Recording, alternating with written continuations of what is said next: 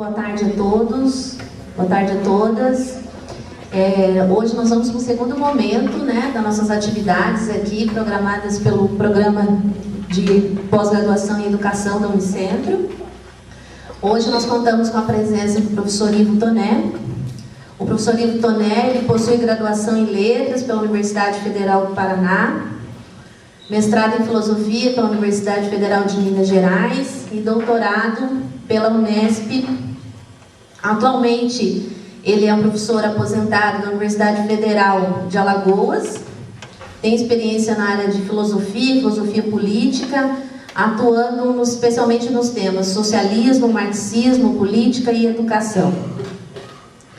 O professor tem uma ampla produção, né, e por conta dessa ampla produção e do seu engajamento também social e político nas lutas, né, fez toda uma discussão com os nossos alunos sobre o método científico, e a sua produção ela é extensa e ela pode ser encontrada inclusive na página do professor Ivo Toné.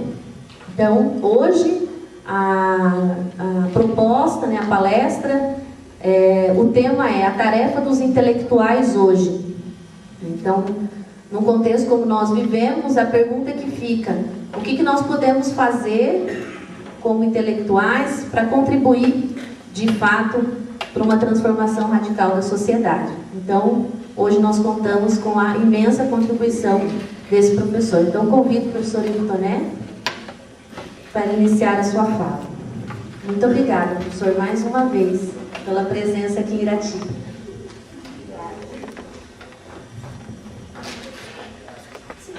Precisa microfone? Ou dá para ouvir assim direito?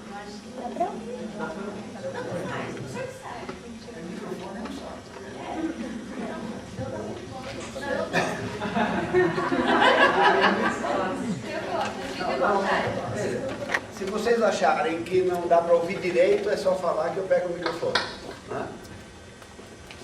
Antes de mais nada, se vocês viessem para cá, ficava melhor, né? Bem mais perto. Isso, é você. Que daí não precisa ficar perto. Aí fica todo mundo aqui. Gente, a gente vai.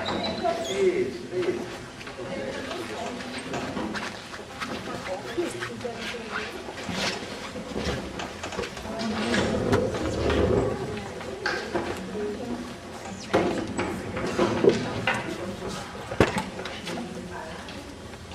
Antes de mais nada, esclarecer uma coisa. O título deveria ser As Tarefas dos Intelectuais Revolucionários, não as tarefas dos intelectuais em geral. Eu estou interessado nos intelectuais cujo objetivo é reproduzir esta ordem social. Isso é outro problema. Poderíamos pensar sobre isso, o que eles fazem, para que fazem e tal, mas não é o nosso caso.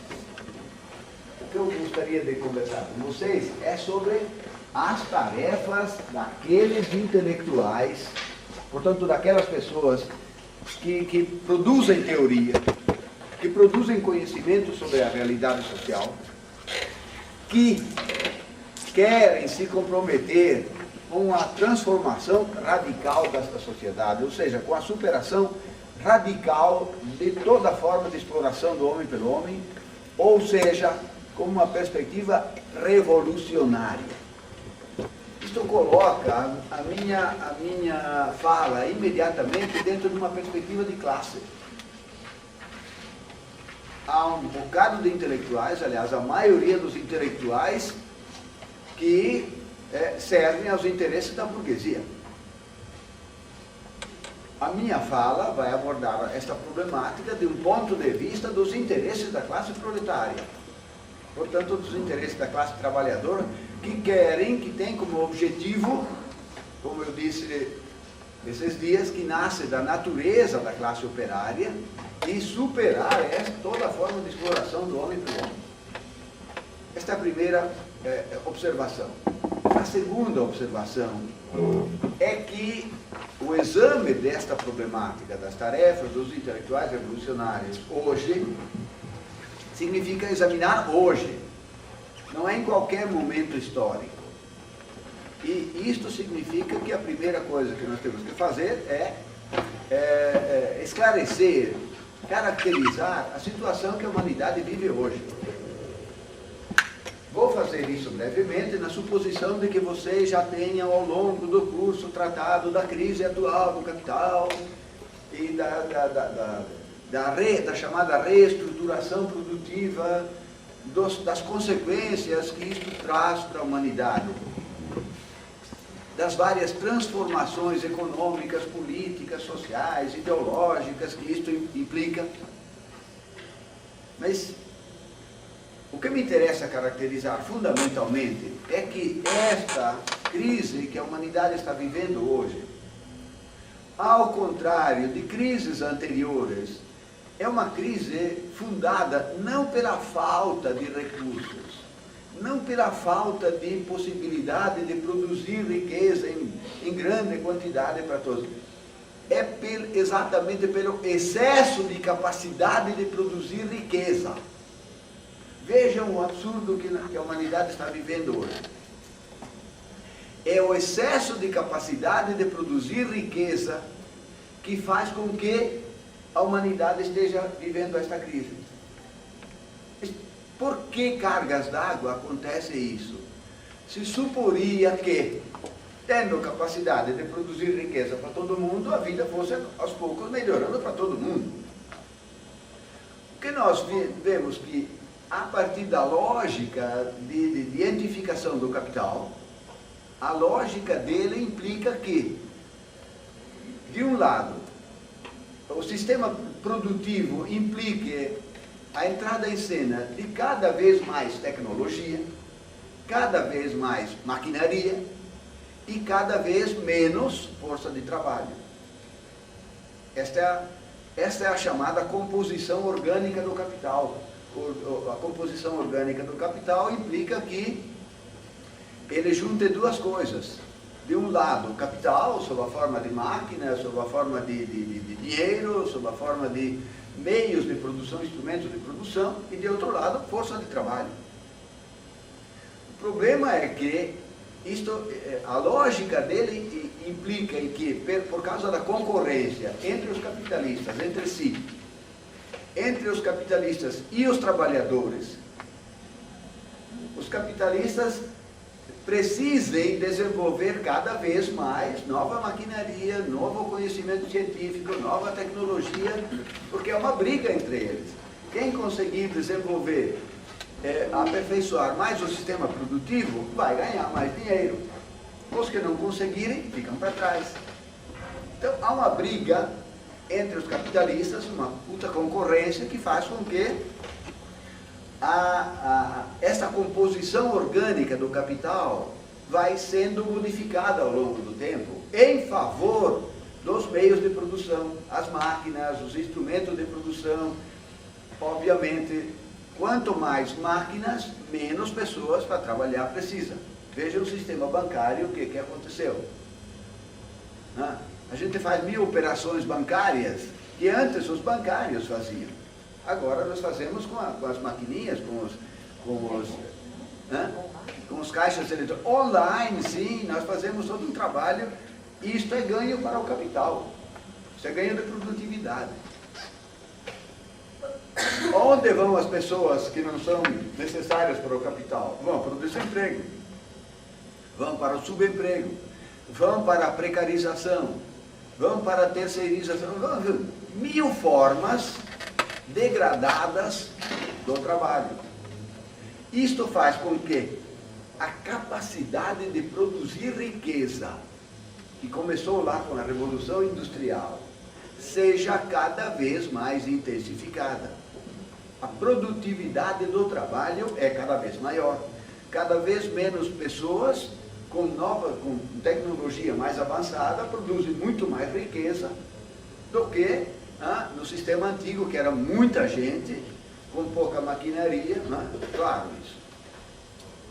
O problema é que isto vai criando uma crise de superprodução de capital. Vocês não imaginam o que tem de capital navegando, aí sendo jogado em bolsas de valores, sendo escondido em paraísos fiscais, e não pode entrar na produção. É outra maluquice. Se todo o capital que a humanidade tem hoje à disposição fosse inserido na produção, praticamente o capitalismo quebrava. Porque as coisas seriam tão baratas que não gerariam lucro. E aí os capitalistas, né, não iam ganhar dinheiro. E aí o capitalismo morreria. Então veja, o capitalismo precisa de manter a escassez.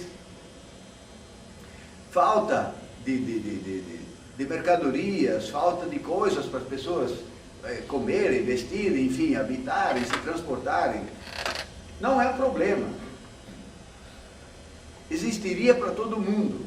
Mas se, de novo, se todo o capital fosse investido na produção, aí os preços baixariam demais. Então o capitalismo precisa, ele não pode sobreviver com a abundância. Ele precisa necessariamente da escassez. Precisa manter a escassez para manter os preços competitivos, produzindo lucro. Volta e meia a gente não ouve lá que não houve num determinado ramo, houve uma superprodução de leite, aí os caras jogam leite fora, ou jogam tomate fora, ou jogam, teve aqui a célebre queima do café na história do Brasil. Por quê? Porque as pessoas não podiam beber café? Não importa. Porque para o capitalismo não importa que as pessoas tenham necessidades. Importa que eles ganhem dinheiro. Se ganhando dinheiro satisfazem as necessidades humanas, tudo bem.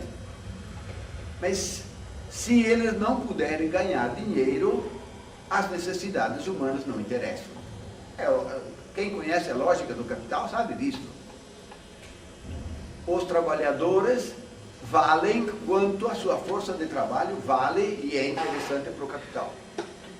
Então, esta situação está gerando uma concentração de capital, de riqueza em poucas mãos, cada vez mais intensa.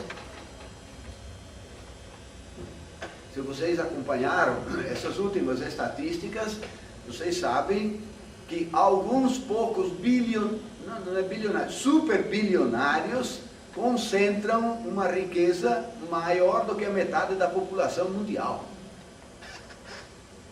Isto acontece inclusive no Brasil.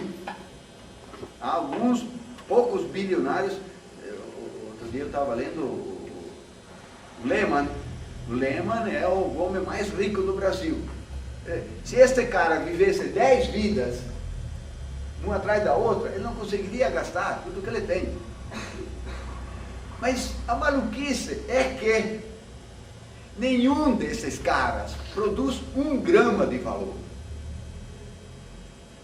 Quem produz todo o valor, toda a riqueza, são os trabalhadores. Agora, esta riqueza, pela lógica do capital, é concentrada em poucas mãos. É claro que isto gera cada vez mais problemas sociais. Esta riqueza não pode chegar às mãos da maioria das pessoas. Pelo contrário, toda a falta de recursos para a saúde, para a educação, para o transporte, para saneamento, para melhorias de lazer, para todas as áreas sociais, é cada vez mais intensa.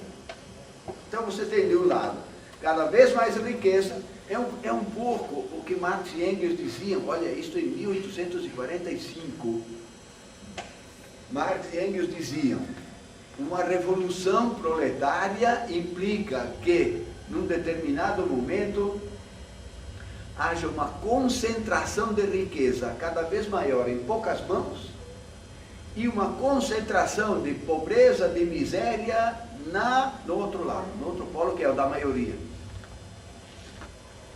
Durante um certo tempo, alguns intelectuais, especialmente durante o chamado estado de bem-estar social, Não, está vendo, Marx ainda estava errado. Veja como os trabalhadores também estão melhorando de vida, estão tendo acesso a consumo maior, à educação, à saúde. Né? Parecia assim, que o estado de bem-estar social ia desmentir a teoria do Marx e Engels. Foram os chamados 30 anos gloriosos. E isto, para muitos intelectuais, pareceu a abertura do caminho indefinido para a melhoria da humanidade. Vocês sabem o que está acontecendo hoje, né? Desde 1970, com o estado de bem-estar social da Europa. Está caindo pelas tabelas. Bom, isto é... Então, já que o capital entrou nesta crise, teve que reestruturar todo o sistema produtivo. Reestruturar o sistema produtivo significou ampliar, aprofundar em extensão e em profundidade a exploração dos trabalhadores.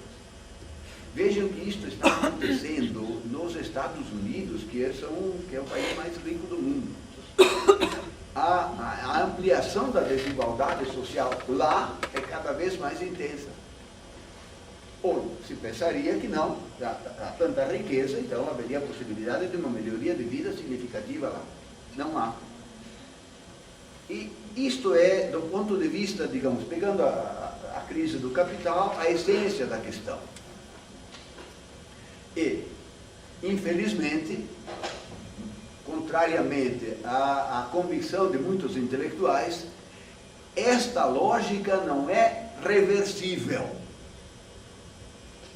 Não há possibilidade de obrigar o capital a voltar atrás, a, digamos, estabelecer um patamar de igualdade maior, de universalização do acesso à riqueza material e espiritual. Isto não é reversível.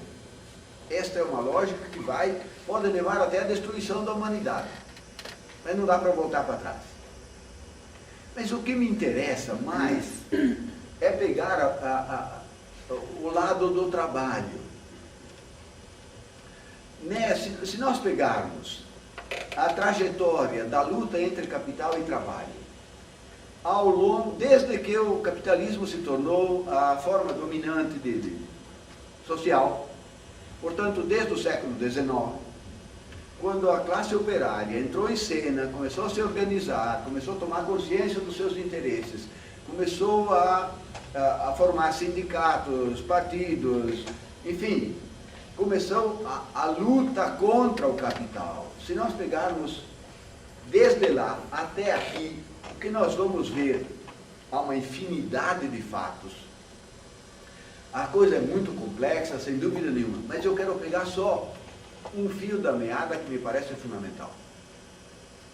O que nós vamos perceber nesta luta é que você tem, apesar de vitórias pontuais do trabalho, conquistas pontuais do trabalho, que teve jornada de 8 horas, nós aqui temos 13º salário, tem férias e tem auxílio maternidade, enfim, tem uma série de conquistas que são reais, são importantes. Mas as vitórias do capital foram muito maiores.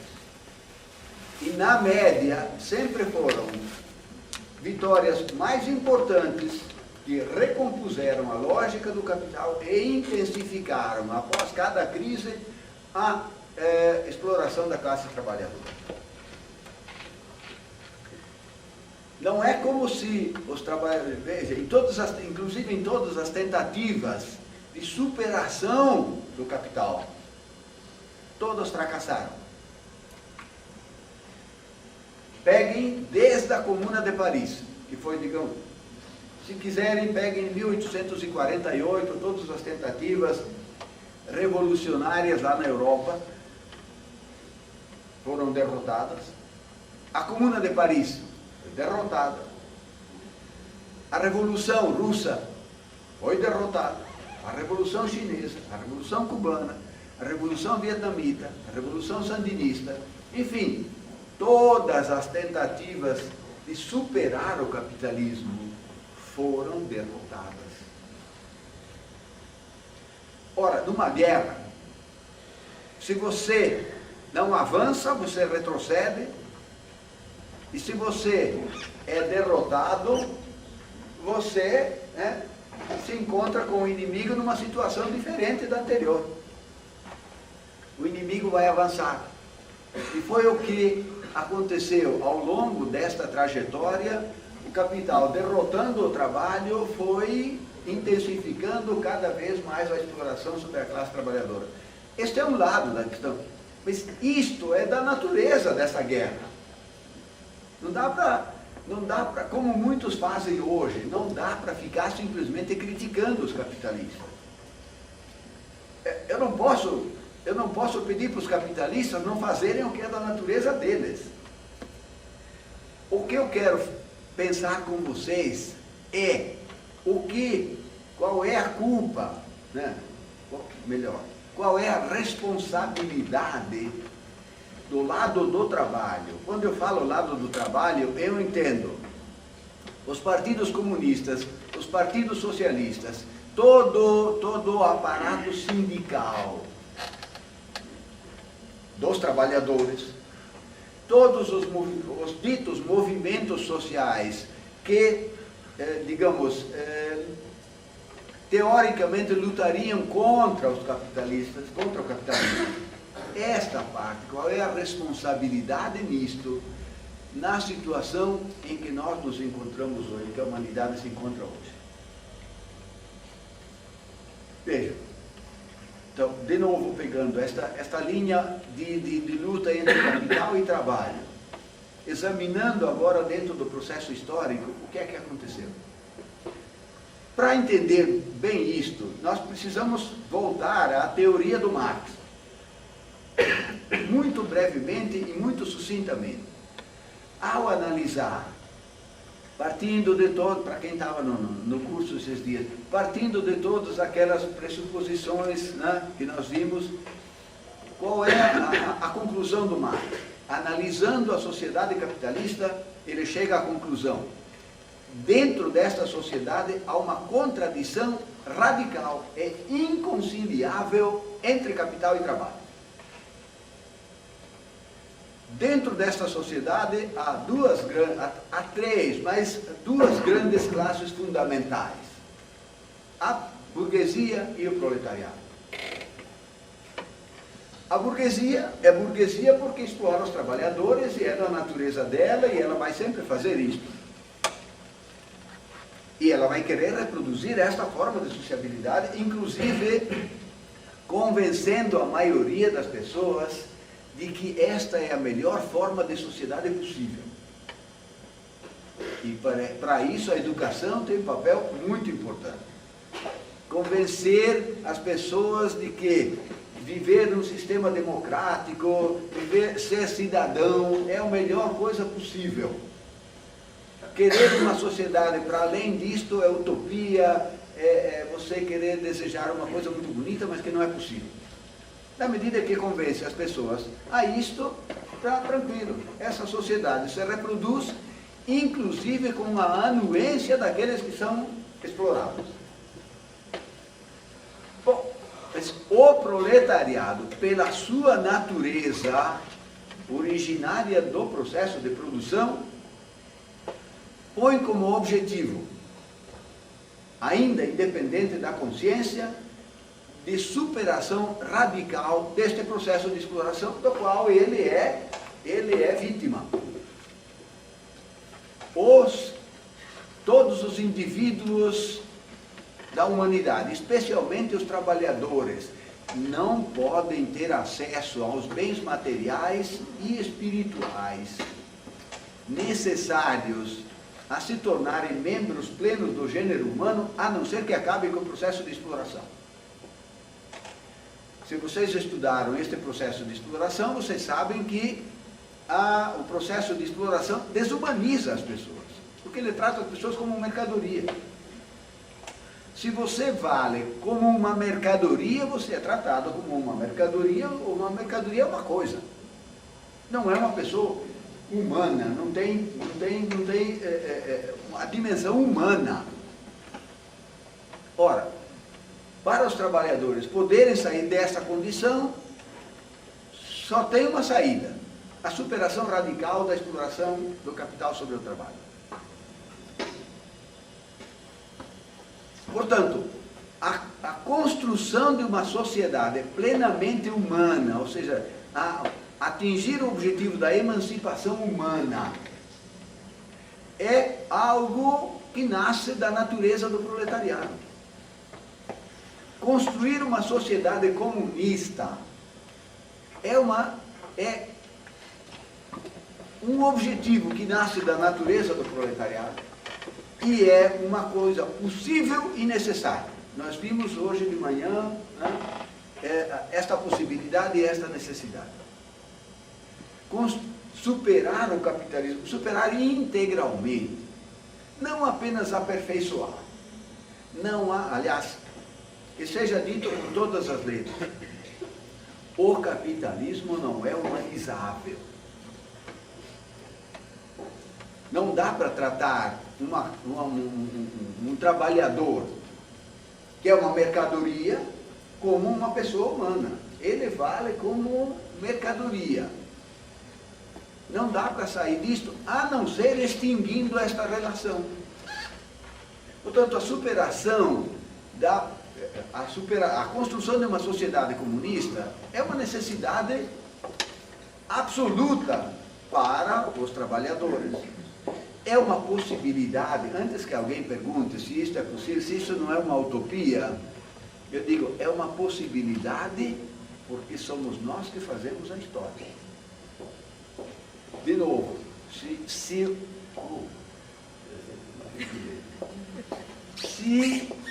os homens forem egoístas por natureza, a superação da desigualdade social não é possível. Como, a meu ver, e na tradição marxiana, os homens não são egoístas por natureza, são egoístas por determinação social. É possível superar, é possível construir uma outra forma de sociabilidade em que os homens sejam tão solidários quanto hoje são egoístas. Depende só de quê? De uma coisinha de nada, de fazer uma revolução. Bem fácil. Conclusão de Marx. É possível construir uma sociedade para além do capitalismo. É necessário construir uma sociedade para além do capitalismo se é para todos terem acesso efetivo à riqueza que os homens podem produzir hoje. Para isto é preciso fazer uma revolução. Revolução, antes que alguém fique pensando em dar tiro, vou antecipar que a essência da revolução não é dar tiro. Eu já estava reunindo esse espingarda. Mas vai precisar disso. Vai precisar disso. Pode passar um óleo lá na sua metralhadora. Vou transformar meu espingarda de pressão em flowback, daí mata mais. Acabar até com as universidades.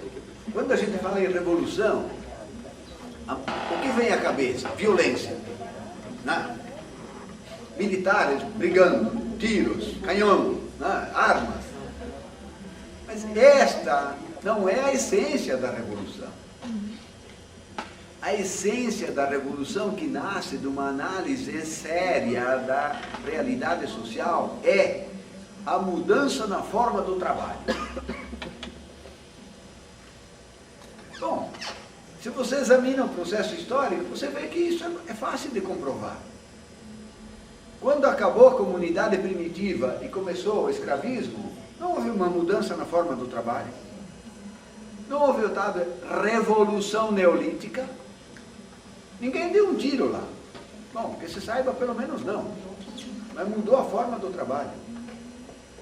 Quando houve a passagem do escravismo ao feudalismo, não acabou o trabalho escravo, começou o trabalho servil, e aí foi montada, começou a surgir toda uma outra forma de sociabilidade diferente da anterior. Quando houve a transição do feudalismo ao capitalismo, não houve uma mudança na forma do trabalho, acabou o trabalho servil, entrou o trabalho assalariado. Isto fez a base da nova forma de sociedade, que é a sociedade capitalista. Ah, mas tem uma diferença grande, claro. O peso da consciência, da intervenção subjetiva nas diversas mudanças foi diferente. Na transição da comunidade primitiva à sociedade de classes, da comunidade primitiva ao escravismo, não teve nenhuma intervenção consciente. Na transição do escravismo ao feudalismo, também não teve intervenção consciente. A coisa foi levando de rodão, o escravismo foi se acabando, por uma série de circunstâncias concretas, entrou o feudalismo. Na transição do feudalismo ao capitalismo, houve uma intervenção consciente muito clara.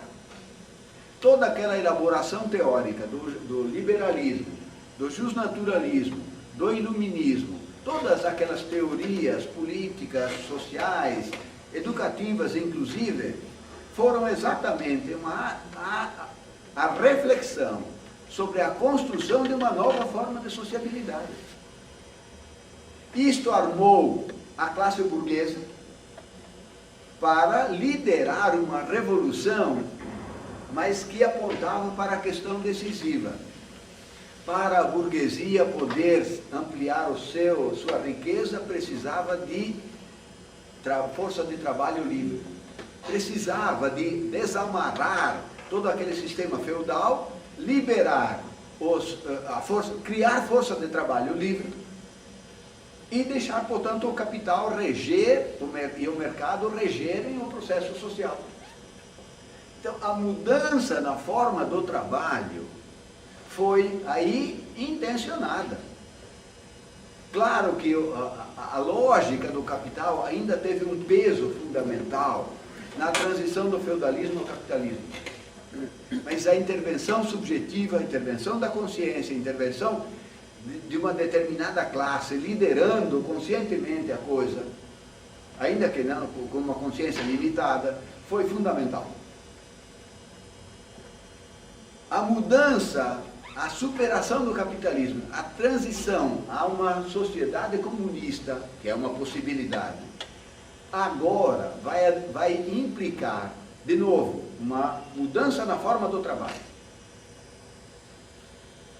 Não uma revolução proletária implica necessariamente a eliminação do trabalho assalariado e a sua substituição pelo trabalho associado. Antes que alguém confunda Zé Germano com gênero humano, eu esclareço. Trabalho associado não é economia solidária. Não é trabalho cooperativo, não é cooperativismo. Não é trabalho voluntário. Vai ser trabalho necessário, não é nada de trabalho voluntário. Não é nada de solidariedade, não é nada que vem de dentro do coração dos homens. É uma forma de trabalho livre, coletiva, consciente e universal. Não há trabalho associado num país só. Muito menos numa cooperativa. Você não vai pensar que é trabalho só porque juntou a turma aí, fez um trabalho, parece que ninguém explora diretamente ninguém, pensa que é trabalho associado. Não é não. O trabalho associado só é possível se há um grande desenvolvimento da capacidade de produzir riqueza para todo mundo. Portanto, a base material do comunismo tem que ser a abundância. Tem que haver capacidade de produzir riqueza para todo mundo, satisfazer as suas necessidades plenamente. Ora, é claro que isto implica uma mudança radical no processo de produção. Portanto, o trabalho associado implica que toda a riqueza material terá que ser produzida como valor de uso, não como valor de troca. As coisas serão produzidas não para serem vendidas, não há mais dinheiro, não há mais nada que comprar e vender numa sociedade comunista. As coisas serão produzidas em quantidade e qualidade necessárias e suficientes para atender as necessidades humanas, necessidades que as pessoas decidirão quais são. Não dá para dizer, quais serão as necessidades lá no comunismo. As pessoas lá vão decidir quais são. Não somos nós, ainda mais com a nossa alma capitalista, que vamos decidir quais serão as necessidades que as pessoas lá terão e quererão satisfazer. Certamente não serão necessidades de reprodução do mercado, de reprodução do lucro. Acabaram-se todas essas categorias. Portanto, a mudança nesta forma do trabalho, que implica outra coisa, implica que todo mundo, contribuindo, dado o desenvolvimento da capacidade de produzir riqueza, todo mundo poderá trabalhar muito menos. Portanto, a relação entre trabalho necessário e tempo livre, que hoje trabalho necessário é enorme, tempo livre é pequeno. E até no tempo livre você se recompõe para voltar ao trabalho. Eu vou tirar... Hein? Ainda fica no computador. Mas mesmo quando você vai tirar umas férias, para descansar, para recompor as energias, para voltar a trabalhar. Ou seja, nós, em tempos de capacidade de produzir riqueza em grande quantidade para todo mundo, passamos a maior parte da nossa vida trabalhando. Em vez de trabalhar para viver, nós vivemos para trabalhar. Porque isto implica na acumulação da riqueza para a burguesia. Então, a relação entre tempo de trabalho necessário e tempo de trabalho livre no comunismo será inversa. Só para vocês ficarem estarrecidos. Há um estudo da Organização Internacional do Trabalho que concluiu que, dada a tecnologia hoje existente, se precisaria trabalhar 17 minutos por dia para produzir toda a riqueza suficiente para todo mundo. Durma com um barulho desse.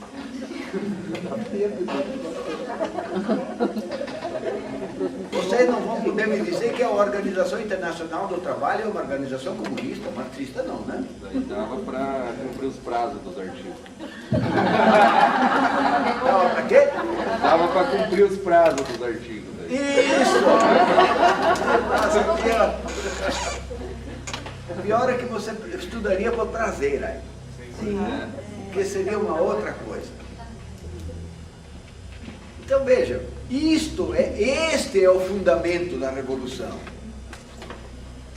O fundamento de uma nova sociedade, que faz com que aí você se construa, a partir desta base material, uma sociedade radicalmente diferente e profundamente humana.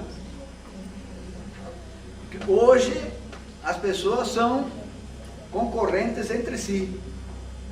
Numa sociedade comunista, as pessoas serão solidárias, porque não precisariam, não vão ter que disputar nada. Não vão ter que disputar, ter lugar ao sol para todo mundo.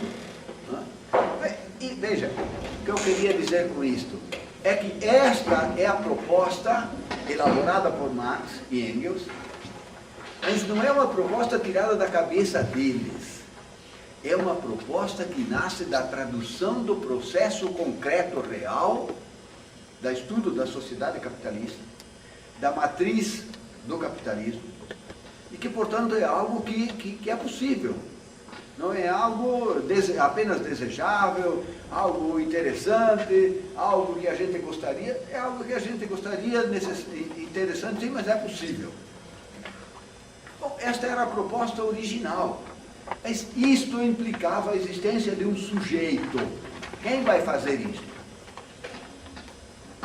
Obviamente quem tem um interesse radicalmente contrário ao capital. Quem tem interesse radicalmente, não apenas contrário, mas radicalmente contrário ao capital, são os trabalhadores que produzem a riqueza da qual eles são expropriados. Então, desta análise também decorre que o sujeito fundamental é a classe operária. Não vamos entrar aqui na análise da questão das classes, que tem alguns complicadores, mas independente da forma concreta que a classe operária tenha, e obviamente a classe operária hoje não é a mesma do século XIX, sofreu profundas transformações, tanto econômicas, quanto políticas, quanto sociais, tudo bem. Mas esta relação de contradição radical entre capital e trabalho continua a existir. Apesar da maioria dos intelectuais afirmar, tem até um intelectual de outro gênero aí atrás. Ah, mas isso faz parte da Unicef. Já é parte da humanização do mundo. Apesar de a maioria dos intelectuais hoje afirmar que as classes sociais ou não existem mais, ou que são coisas que não têm grande importância.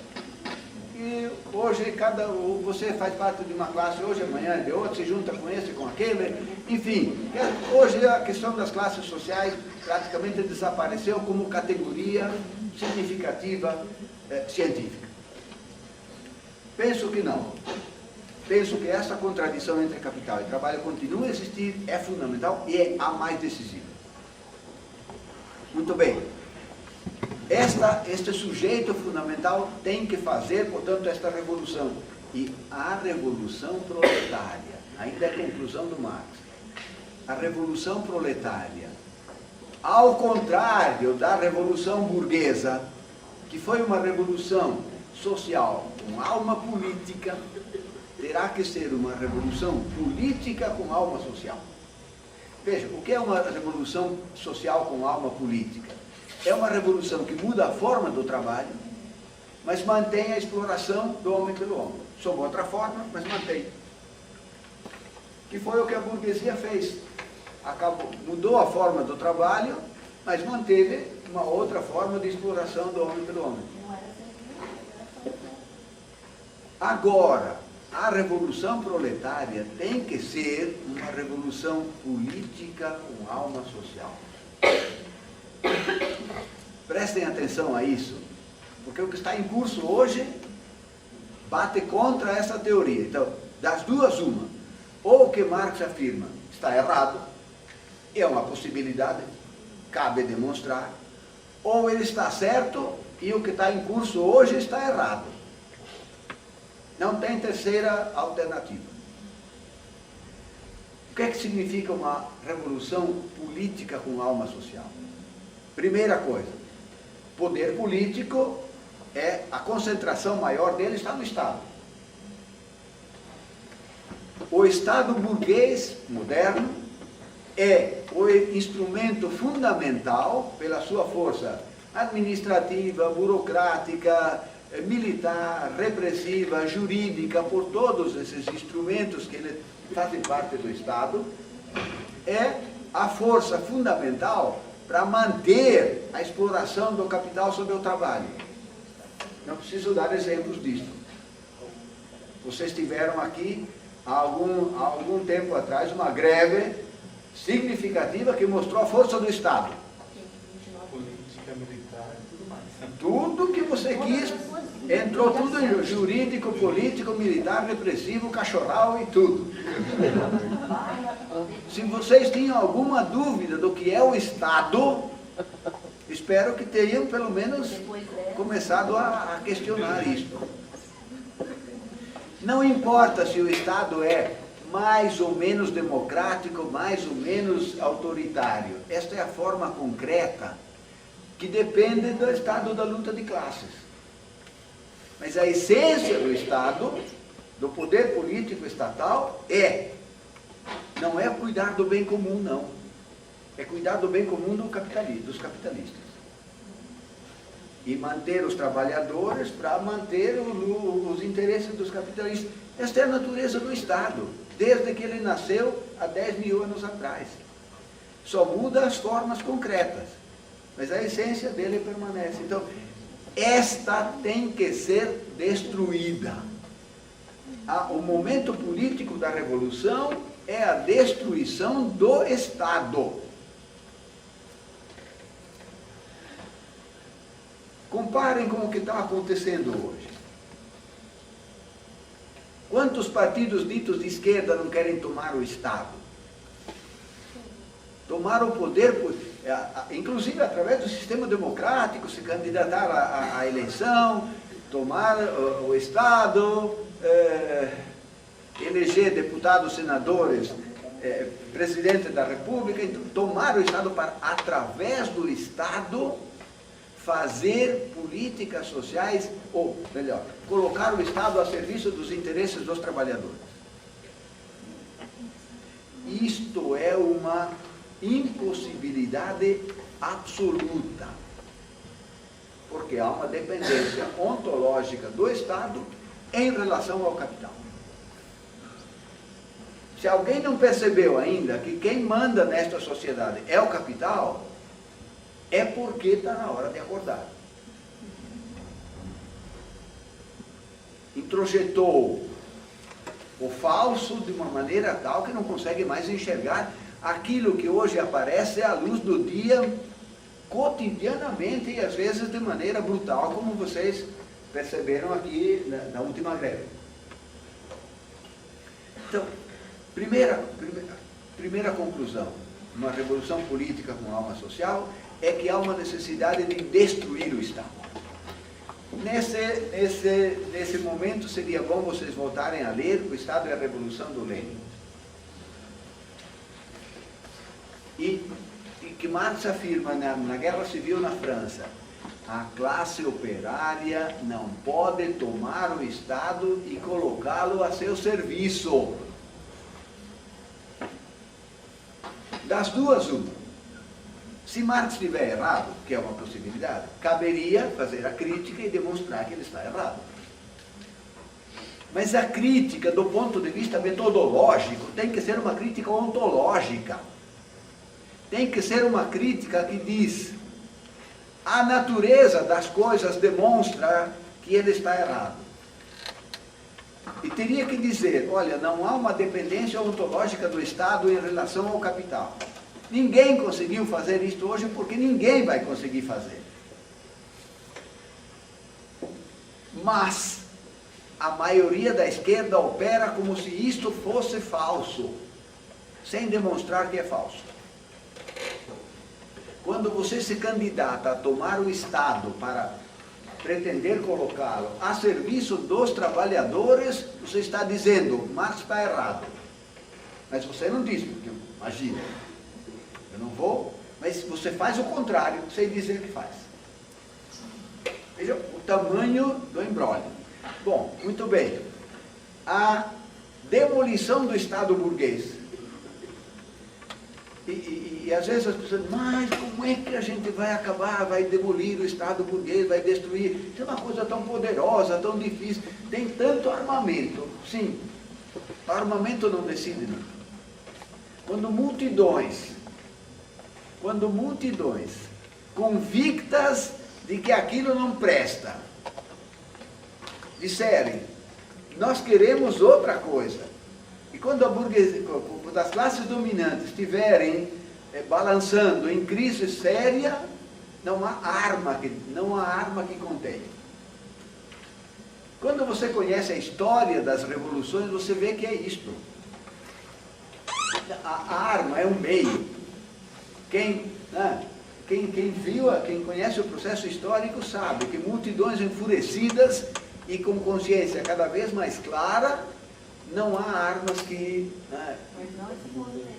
Não. Muito bem. Mas isto é apenas uma mediação. Destruir o Estado é apenas uma mediação. é abrir a porta para entrar em cena aquilo que é principal. E o principal da revolução é começar a mudar a forma do trabalho. Começar a imprimir ao processo de produção uma natureza diferente. Em vez de produzir para acumular riqueza para a burguesia, produzir em quantidade e qualidade para atender as necessidades humanas. Que isto é possível? É tranquilo. Com a tecnologia existente hoje, até intelectuais sérios, burgueses, concordam com isto. A tecnologia, e mais ainda, a tecnologia que não pode entrar em cena, porque se entrasse, baratearia o processo. Há muita tecnologia que as grandes companhias, as grandes corporações não deixam ser efetivada, porque senão iria baratear muitas coisas. Além disso, tem que o processo capitalista implica a obsolescência das coisas. Tem que produzir e tornar isso obsoleto o mais rápido possível. É um troço absolutamente maluco. Isto é a essência da revolução.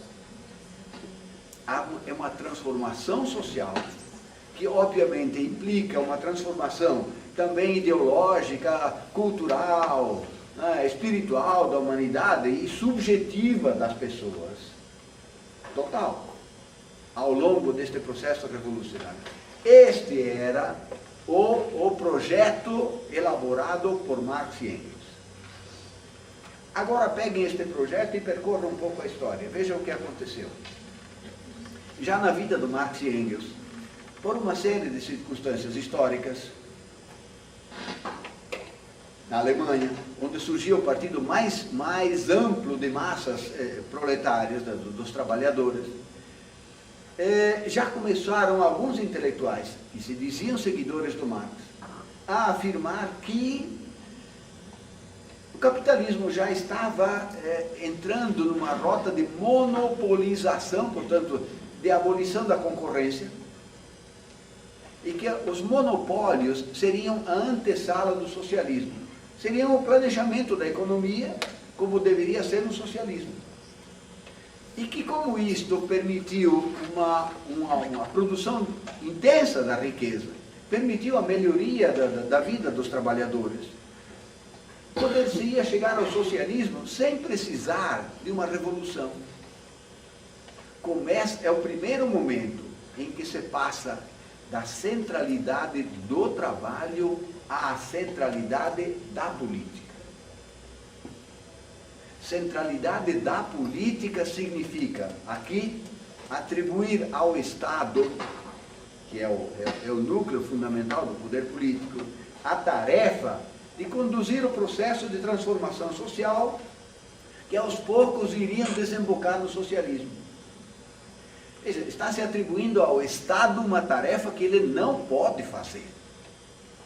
Porque isso implicaria que o Estado teria que dominar o capital, teria que controlar a lógica de reprodução do capital.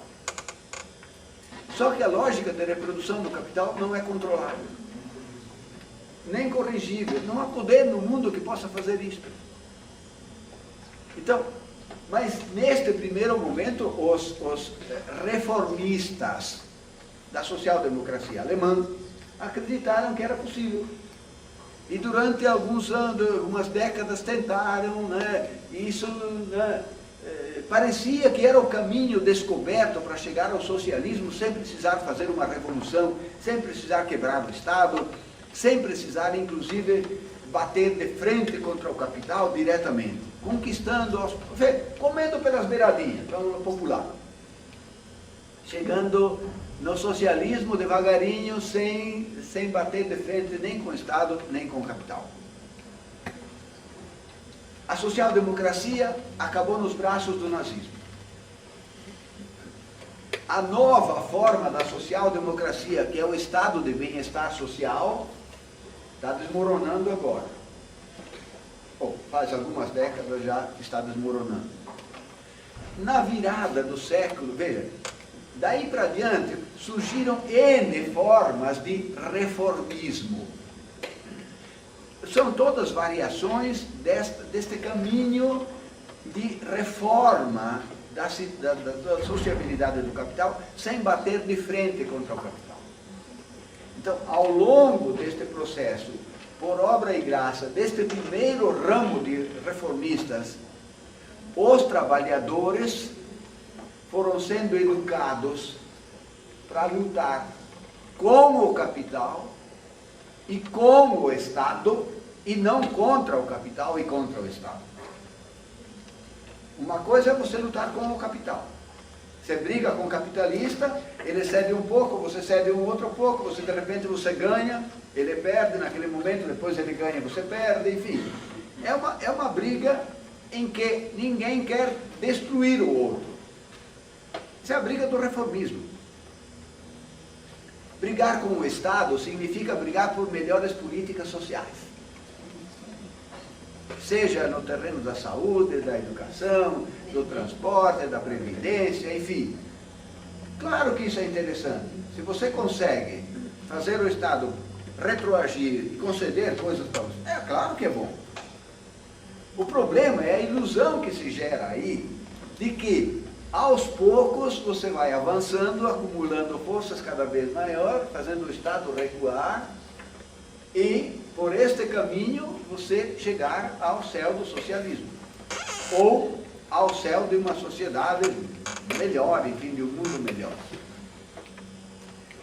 Veja, por este caminho, há inúmeras, quando vocês puderem ler a história das lutas sociais, vocês vão ver este caminho reformista, esta primeira variante do caminho reformista que teve o começo na social-democracia alemã, depois voltou com os partidos socialistas e depois com a degeneração dos partidos comunistas e chegando aos nossos partidos hoje, né? A primeira grande linha de abandono da perspectiva do trabalho, da centralidade do trabalho, para colocar a centralidade da política. É através do poder político do Estado que nós vamos produzir uma sociedade melhor. Na virada do século XIX para o século XX, aconteceu a primeira tentativa, digamos, mais efetiva de uma revolução socialista, que foi a Revolução Russa. O que a Revolução Russa fez? Aquele primeiro momento, demoliu o Estado burguês, sem dúvida. Demoliu, destruiu o Estado burguês, que era o Estado czarista. Claro que eu vou passar por cima aqui de inúmeros elementos concretos, importantes, que obviamente numa análise mais longa a gente teria que levar em consideração.